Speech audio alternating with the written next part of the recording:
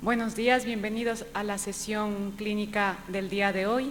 En esta ocasión tenemos a Ramón Arroyo y a Eva Díaz, cardiólogos de este hospital, que nos van a hablar sobre la adecuación de la demanda del uso del NT-proBNP y que forma parte del Plan Regional de Calidad.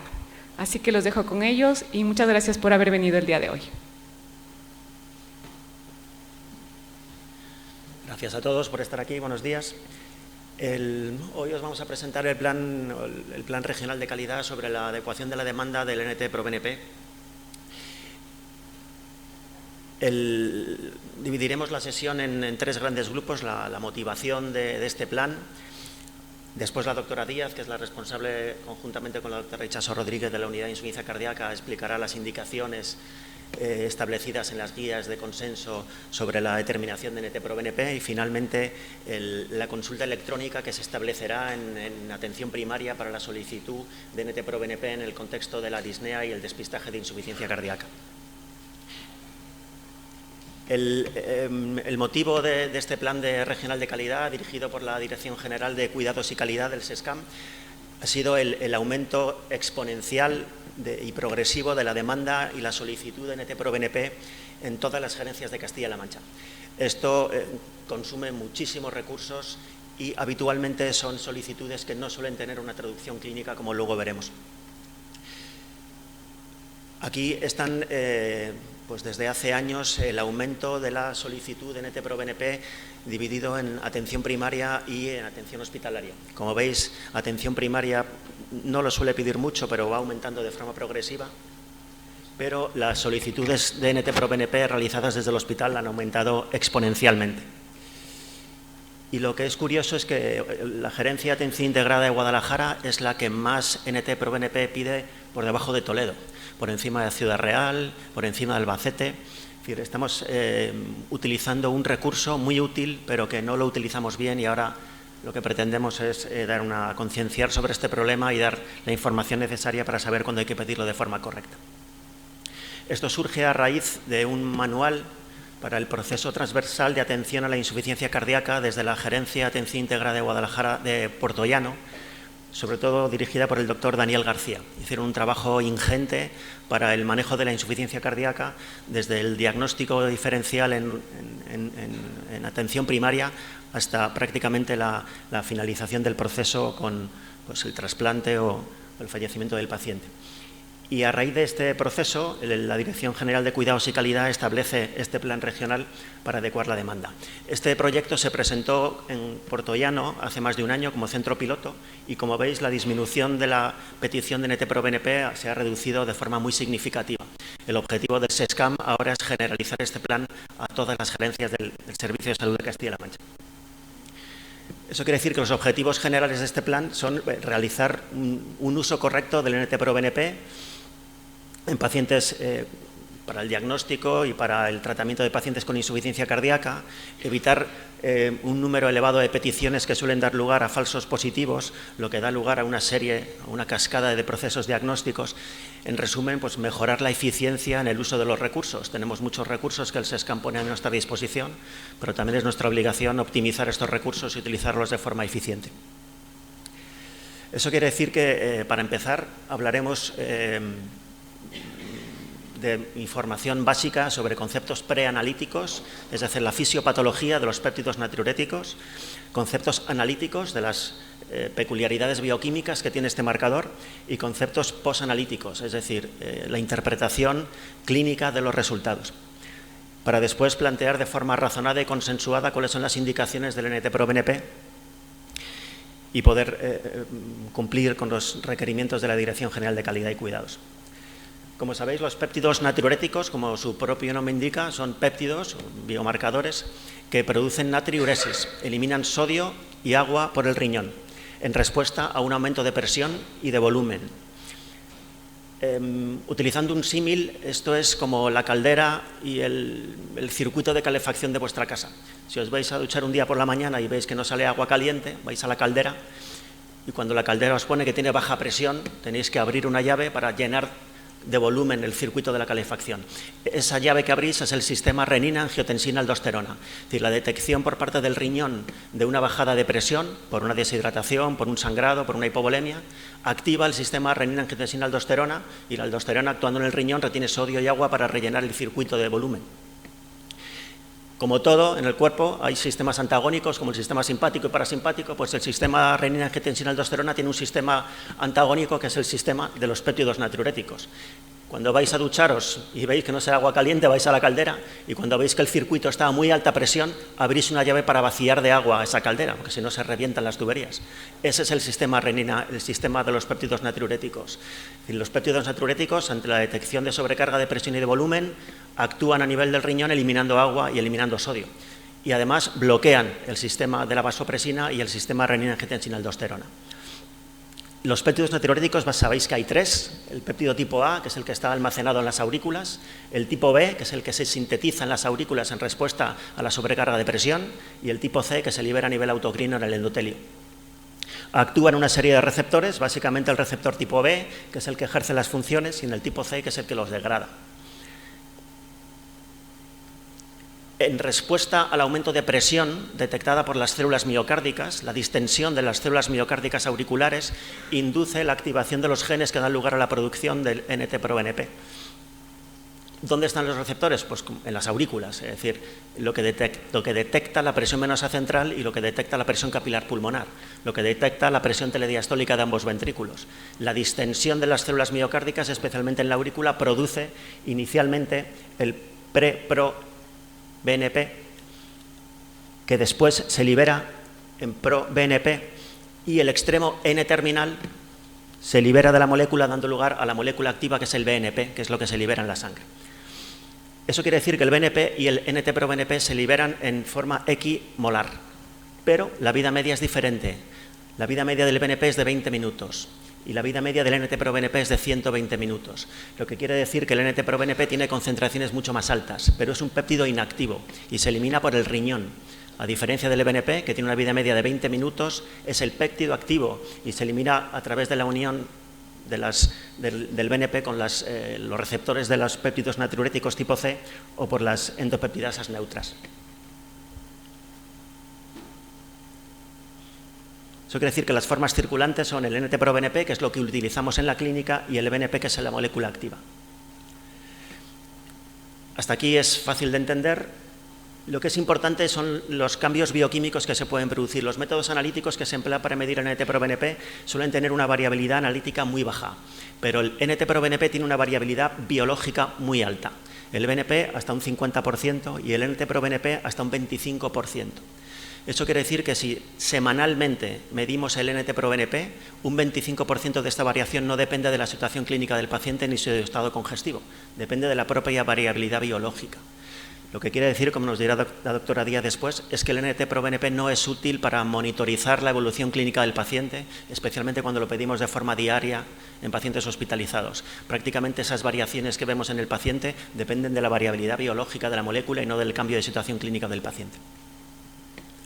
Y luego el NT-proBNP varía con muchas circunstancias. Básicamente la edad del paciente varía con la obesidad, que puede bajar los niveles, varía con la función del riñón, ya que el NT-proBNP se elimina por el riñón, varía con la presencia de fibrilación auricular. Es decir, hay muchas variables que determinan los niveles de NT-proBNP. Voy a dar paso a la doctora Díaz para que os cuente en qué consisten las aplicaciones clínicas, dónde es útil el NT-proBNP y en qué situaciones no es útil.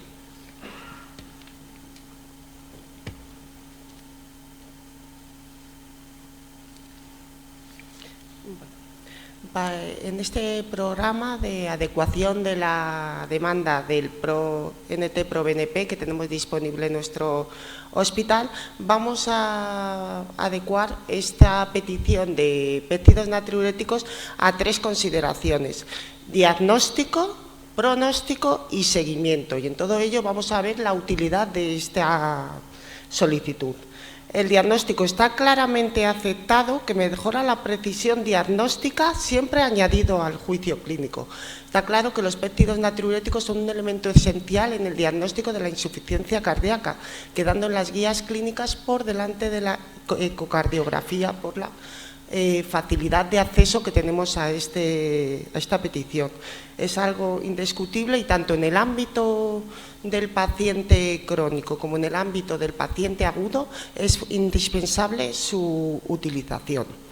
Claramente es útil en el diagnóstico, para el diagnóstico diferencial de la insuficiencia cardíaca, en el diagnóstico diferencial de la disnea, y en el contexto agudo lo podemos utilizar en el paciente ya diagnosticado de insuficiencia cardíaca para ver cuánta participación tiene este diagnóstico en la descompensación por disnea de este paciente, ¿de acuerdo? Y nos vamos a basar sobre todo porque este parámetro tiene un alto valor predictivo negativo, que es por lo que su uso se adecúa sobre todo al descarte de esta patología. Estamos hablando que tiene un valor predictivo negativo en torno al 98%, muy elevado. El pronóstico, pues se ha demostrado que a que tiene su utilidad en el estadiaje de la gravedad, como vamos a ver posteriormente, no tiene indicación en todos los estudios y metaanálisis que se han realizado para la evidencia clínica basada en la literatura, no se debe realizar de forma rutinaria. Eso sí, tenemos que tener en cuenta lo que nos ha comentado el doctor Arroyo, que los péptidos natriuréticos son una señal de alarma del sistema cardiovascular, porque nos está reflejando el estrés al que está sometido el cardiomiocito, por lo cual lo debemos interpretar siempre como señal de alarma cardiovascular y sabiendo, en este caso, por el mismo concepto fisiopatológico que está en relación al estrés cardiovascular que tiene esa célula, ese cardiomiocito, a mayor concentración es mayor riesgo de complicaciones, mayor riesgo de descompensación, mayor riesgo de mortalidad y de riesgo de hospitalización. Eso nos tiene que quedar claro, que es una señal de alarma del sistema cardiovascular. Hoy por hoy lo vamos a seguir, ahora veremos toda la evidencia que hay, pero todas las guías clínicas, tanto europeas como americanas, como las NICE, que han salido recientemente, nos indican que no se debe realizar de manera rutinaria, aunque en distintos pequeños metaanálisis sí que se ha demostrado que donde más tendría su indicación sería en pacientes con disfunción sistólica, con FEBI reducida, menores de 75 años. Pero es un apartado como muy específico y por eso se sigue usando en algunos casos en la unidad de insuficiencia cardíaca avanzada. Vamos a dividir la utilidad de este parámetro en dos ámbitos: el ámbito del paciente agudo, que está en ese caso en urgencia y atención hospitalaria, y el ámbito del paciente crónico para el seguimiento de manera ambulatoria o el uso en atención primaria.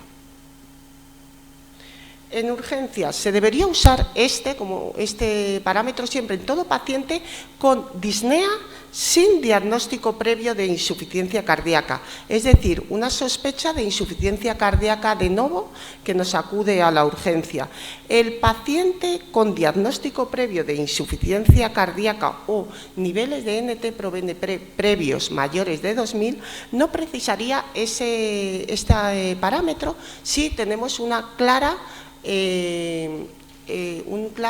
valoración clínica. El paciente está descompensado, además podría tener su utilidad y por eso de hecho lo debemos indicar en la petición de laboratorio si tenemos dudas sobre la descompensación del paciente. Y de hecho claramente nos dicen las guías que no solo dudas sobre la descompensación, la gravedad de esa descompensación, sino también cuando no sabemos qué tanto por ciento tiene de participación ese diagnóstico de insuficiencia cardíaca sobre la clínica actual de disnea del paciente. Paciente con diagnóstico de insuficiencia cardíaca que viene con neumonía, disnea, paciente con insuficiencia cardíaca que viene con un proceso inflamatorio. En esos casos, para ver el tanto por ciento de participación de la insuficiencia cardíaca en la descompensación y en el cuadro agudo del paciente, tiene su indicación y así se realizará en laboratorio, si así lo figura en la petición, ¿de acuerdo? Si tenemos indicación de este parámetro, ¿cuándo lo debemos de pedir? Siempre en la primera muestra sanguínea del paciente a su llegada a urgencias. ¿Y cómo lo interpreto? Pues como hemos dicho, dada la variabilidad del paciente, es muy importante la edad del paciente, la comorbilidad del paciente, el sexo del paciente. Siempre este parámetro aumenta con la edad, entonces ahora lo vamos a ver a la hora de interpretarlo, y también varía en el sexo, siempre está más elevado en mujeres y con diferentes comorbilidades, pero sobre todo dado, como hemos dicho, el valor predictivo negativo tan elevado, niveles de punto de corte, como en todo, que es lo que se han utilizado en los estudios previos, niveles de corte menores de 300 excluye el diagnóstico de insuficiencia cardíaca. En gente, ya hablando de valores elevados, hay que ponerlo en correlación con la edad. En pacientes menores de 50 años, unos niveles ya mayores de 450 nos dan un alto valor predictivo positivo, 88%. Entre 50 y 75 años estamos hablando de niveles de 900 y ya mayores de 75 años niveles de 1800 picogramos mililitro. Por eso es importante lo que hemos dicho, la variabilidad y la influencia de otros factores. Es lo que os contaba en las guías, está claramente dicho, en pacientes que ya tienen diagnóstico previo de ICE, los niveles no deben medirse de forma rutinaria, pero sí cuando exista duda sobre la existencia de una descompensación aguda actual o cuando exista duda del diagnóstico de esa ICE en el evento actual. Respecto al pronóstico, pues realmente lo vamos a utilizar, es lo que hemos dicho, el péptido natriurético tiene valor tanto en el diagnóstico como en la evaluación de la gravedad de esa insuficiencia cardíaca. Nos va a servir un poco para valorar la necesidad de ingreso de este paciente, teniendo en cuenta unos valores básicos en la urgencia, unos valores basales, no básicos, basales del paciente en la urgencia. Podemos ver el grado de descompensación, pero siempre apoyados por el diagnóstico clínico, ¿de acuerdo? Va a ser un apoyo a la evaluación clínica del paciente y nos puede servir para ver si precisa ingreso o no, o para ver incluso dónde necesita ingreso, si en una unidad de cuidados intensivos avanzados o puede estar ingresado en una planta convencional o monitorizado durante 48 horas en la urgencia. ¿Cómo lo interpreto? Pues estos son valores de cortes basados en estudios previos. Aquellos mayores de 5.000 picogramos mililitros sí asociado a mayor riesgo de complicaciones, mayores números de mortalidad, tanto global como cardiovascular. ¿Por qué? Porque esto es lo que quiero que quede claro, es que es un signo, lo que hemos comentado, de alarma y de sobrecarga de estrés del cardiomiocito. Por eso, en ausencia de signos de insuficiencia cardíaca, hay que considerar otras posibilidades de estrés cardiovascular no atribuible a la IC, como pueden ser sepsis, tromboembolia pulmonar, arritmias patológicas. Entonces, todo eso siempre, niveles muy elevados son un signo de alarma y es la clínica la que prevalece en función de qué está elevado. En el seguimiento, pues realmente debido a esta variabilidad biológica no se debería realizar en el ingreso ya de manera seriada este parámetro, ¿de acuerdo? Ya la evolución es a nivel de criterios clínicos, pero solamente nos lo podríamos plantear solo previo al alta. ¿Por qué? Porque en pacientes en los que previo al alta ya en estado eubolémico tenemos unas medidas, nos puede valer para su seguimiento basal, ¿de acuerdo? Para, como hemos contado, cuando el paciente nos venga descompensado sobre niveles basales, podemos ver qué grado de descompensación tenemos. ¿Y cómo se interpreta? Pues reducción del mayor del 30%, aunque en determinados guías o estudios nos dicen el 50%, siempre se ha asociado a una mejor evolución, es decir, a menores eventos cardiovasculares, menor mortalidad y mejor calidad de vida en la evolución de nuestra insuficiencia cardíaca.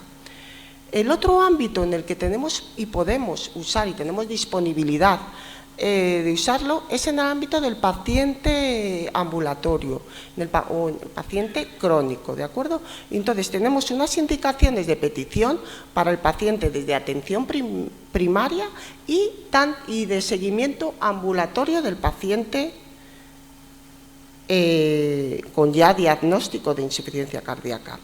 En el contexto ambulatorio, pues ¿a quién deberíamos pedir este parámetro? A todos los pacientes con disnea sin diagnóstico previo de ICE, como hemos dicho antes, igual que en la urgencia, en pacientes con sospecha de insuficiencia cardíaca de novo. En este caso, debe de tener, para poder tener esta sospecha en el paciente ambulatorio, un factor de riesgo de ICE, ya sea un factor de riesgo por factores de riesgo cardiovascular o por signos y síntomas del paciente. Todos sabemos, edemas, crepitantes, para poder tener una sospecha de que esa disnea es de origen de cardiovascular e insuficiencia cardíaca. Aquí los niveles para la interpretación se han bajado mucho, pero es lo que dice la evidencia en la literatura médica. Entonces, teniendo en cuenta edad y comorbilidades, un NT-proBNP menor de 125 picogramos mililitro excluye la insuficiencia cardíaca con un valor predictivo positivo, para valor predictivo negativo hasta un 98%. Y de hecho, las guías clínicas nos dicen que ante sospecha de ICE, péptidos natriuréticos negativos, no necesitamos ya completar estudio de ICE. ¿Cuándo tenemos y se recomienda ya iniciar el estudio y realizar ecocardiograma? Cuando ya los péptidos natriuréticos, el NT-proBNP, es mayor de 125. En ese caso, desde el ámbito ambulatorio, se recomienda ya inicio de tratamiento, como es el tratamiento de los factores de riesgo cardiovascular y inicio de diuréticos en estos pacientes, solicitando ya una revisión con cardiología para completar el estudio y despistaje de insuficiencia cardíaca con ecocardiograma. La realización del ecocardiograma ya nos servirá para clasificar esta insuficiencia cardíaca, que sabéis, FEBI conservada, FEBI reducida o FEBI moderadamente reducida. Y con ello nos llevará a pasar al diagnóstico, como habéis visto en el abordaje transversal de la insuficiencia cardíaca de estos pacientes.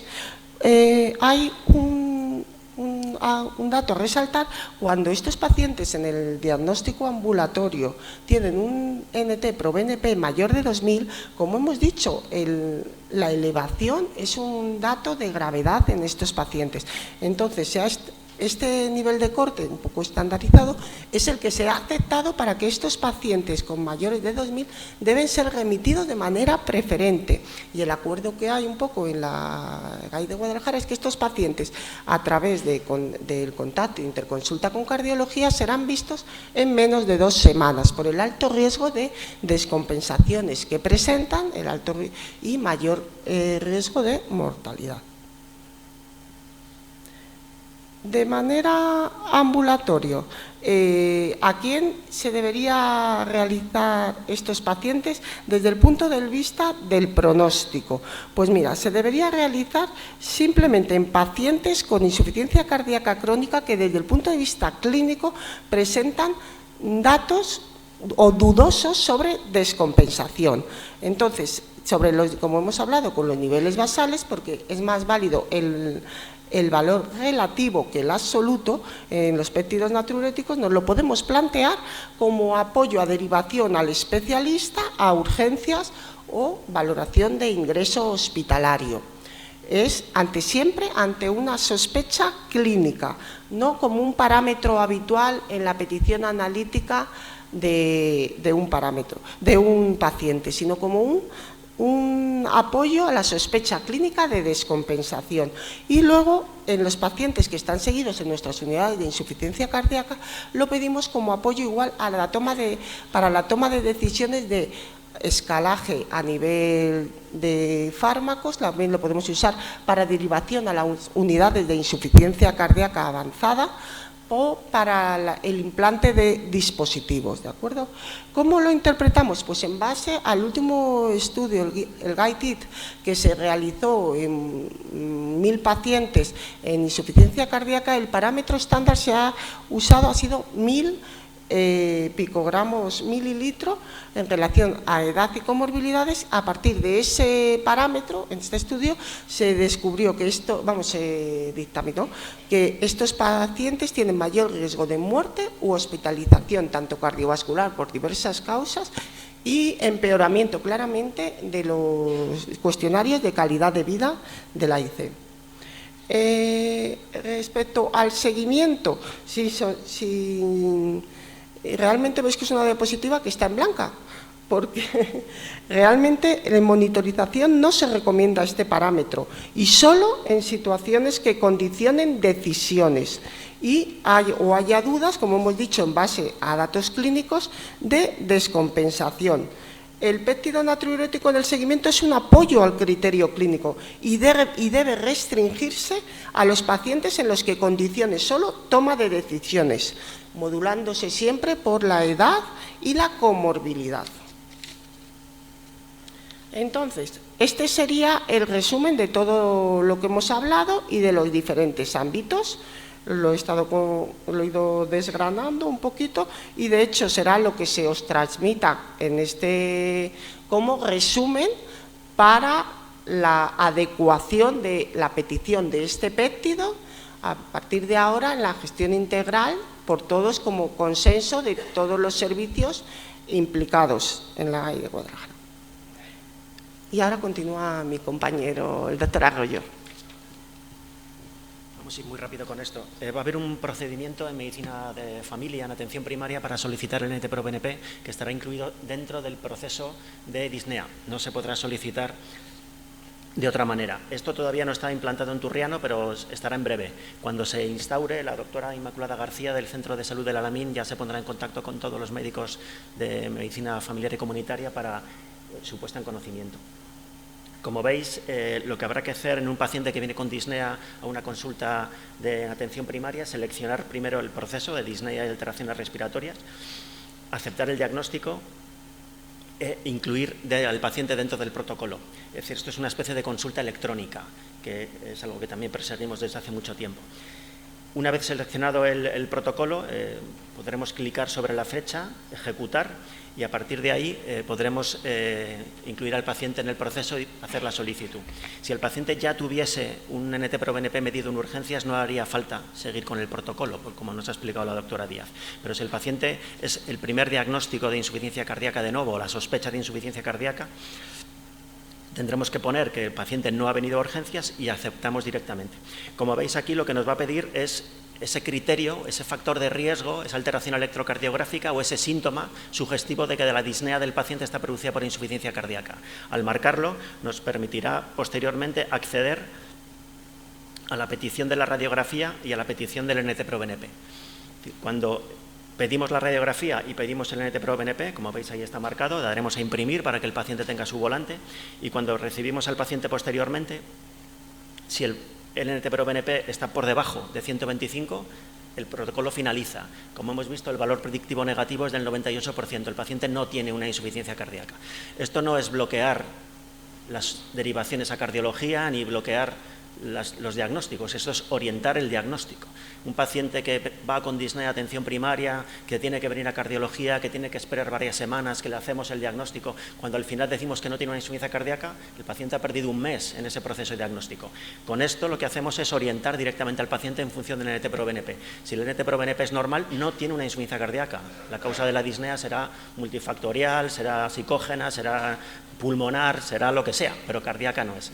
Si el NT-proBNP está por encima de 125, automáticamente permite el sistema iturriano poner medicación y hacer la derivación a cardiología. Ponemos la medicación, habitualmente un diurético, se remite al paciente a cardiología en menos de 15 días si está por encima del valor que nos dijo la doctora Díaz, y en cuanto se pone tratamiento ya permite citar al paciente a los 3 días en la consulta de enfermería para ver si el paciente va mejorando con el tratamiento. Es decir, esto es el documento de consenso. Esto es un poco complicado, pero luego es mucho más rápido. Y esto es una consulta electrónica. ¿Por qué? Porque lo que hace es reproducir exactamente el protocolo de consenso que tenemos con la atención primaria para el manejo de la disnea en ambulatoria. Ante la probabilidad alta de que el paciente tenga una insuficiencia cardíaca en presencia de una historia clínica sugestiva, porque tenga factores de riesgo, exposición a quimioterapia cardiotóxica, porque el paciente tenga una exploración física sugestiva de insuficiencia cardíaca, porque tenga alteración del electro, cualquier síntoma, la determinación de un NT-proBNP por encima de 125 es sugestiva de insuficiencia cardíaca. Tratamiento y derivación a cardiología. Esto es el protocolo. La petición en Turriano lo que persigue es esto.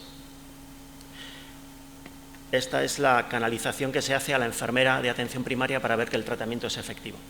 Eso quiere decir que los péptidos natriuréticos es una herramienta diagnóstica y pronóstica útil, que es necesario que tengamos formación fisiopatológica y bioquímica y que sepamos interpretar cuáles son los resultados, que necesitamos utilizar este recurso de forma eficiente y que la interpretación o la valoración del paciente tiene que ser consensuada. Así que vamos a demostrar al SESCAM que Guadalajara responde y cumple. Os vamos a enviar a través de los jefes de servicio, jefes de unidad y a través de los coordinadores docentes un díptico en formato PDF a todos para que lo tengáis, en el que se resume todo lo que hemos dado en la sesión. Nada más. Si hay alguna pregunta, alguna duda. La doctora Bienvenido también está aquí por si tenéis alguna duda bioquímica. Hay compañeros de urgencias, hay cardiólogos. Todo entendido, todo interiorizado.